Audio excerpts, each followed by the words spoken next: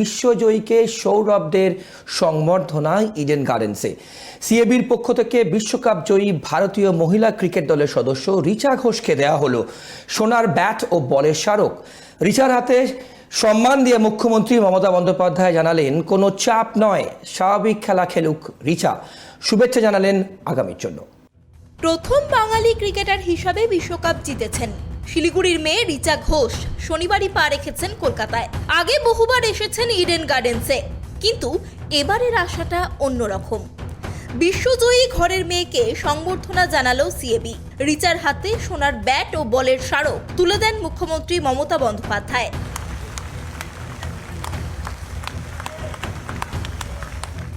বিশ্বকাপ ফাইনালে 34 রান করার জন্য রিচার হাতে 34 লক্ষ টাকার চেকও সিএবির পক্ষ থেকে তুলে দেন মুখ্যমন্ত্রী মমতা বন্দ্যোপাধ্যায়। রাজ্যের পক্ষ থেকে রিচা ঘোষকে বঙ্গভূষণ সম্মানে ভূষিত করেন মুখ্যমন্ত্রী। রিচাকে সোনার চেনও উপহার দেন। সেই সঙ্গে রিচার হাতে ডিএসপি পদে চাকরির নিয়োগপত্রও তুলে দেওয়া হয়। এবং রিচার সম্বন্ধে যে অ্যাডভান্স আমাদের এক্সপেকটেশন, আমরা এক্সপেকটেশন রাখব, কিন্তু মেন্টাল প্রেশার দেব না।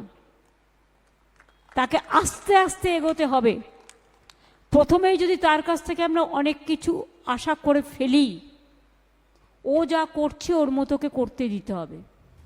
সংবর্ধনা পাওয়ার পর রিচা ঘোষ জানান, নেটে টার্গেট সেট করে ব্যাটিং অনুশীলন করেন, তাই ভালো খেলতে পারেন। যখনই আমি নেটসে ব্যাটিং করি বা ওপেন নেটস করি, ওখানে আমি সবসময় আমরা টার্গেট সেট করি কি এই টাইমে কত রান লাগবে, কত বলে। আই থিঙ্ক ওটা আমাকে অনেক হেল্প করে। আই থিঙ্ক ওই প্র্যাকটিস সেশনটা ম্যাচে আমাকে হেল্প করে। এদিন মঞ্চে উঠে রিচাকে ভবিষ্যতে ভারতের অধিনায়ক হিসাবে দেখতে চান বলে আশা প্রকাশ করেন সিএবি সভাপতি সৌরভ গঙ্গোপাধ্যায়। তোমার কেরিয়ার সবই শুরু। মহিলা ক্রিকেট যে জায়গায় পৌঁছেছে, আগামী 4, 5, 6 বছরে আরও ওপরে যাবে। আরও তোমার সুযোগ হবে, আরও খেলার সুযোগ হবে, আরও পারফর্ম করার সুযোগ হবে।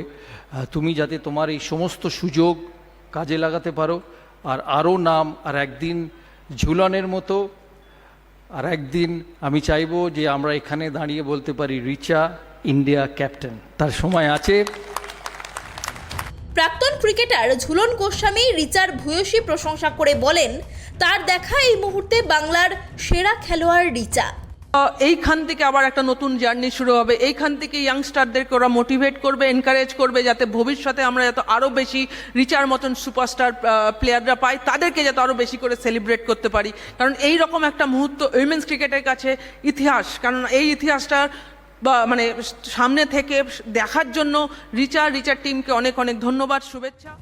এছাড়াও ইডেন গার্ডেন্সে রিচা ঘোষের সংবর্ধনা অনুষ্ঠানে উপস্থিত ছিলেন ক্রীড়ামন্ত্রী অরূপ বিশ্বাস, কলকাতা পুলিশ কমিশনার মনোজ বর্মা, মনোজ তিওয়ারি, অভিনেত্রী মিমি চক্রবর্তী, রিচার মা ও বাবা। ইডেনে সংবর্ধনা অনুষ্ঠানের আগে এদিন লালবাজারে কলকাতা পুলিশের নগরপালের সঙ্গেও দেখা করেন রিচা ঘোষ। ক্যামেরায় দেবরাজ দত্তের সঙ্গে রিমিক মাঝির রিপোর্ট, কেটিভি বাংলা, কলকাতা।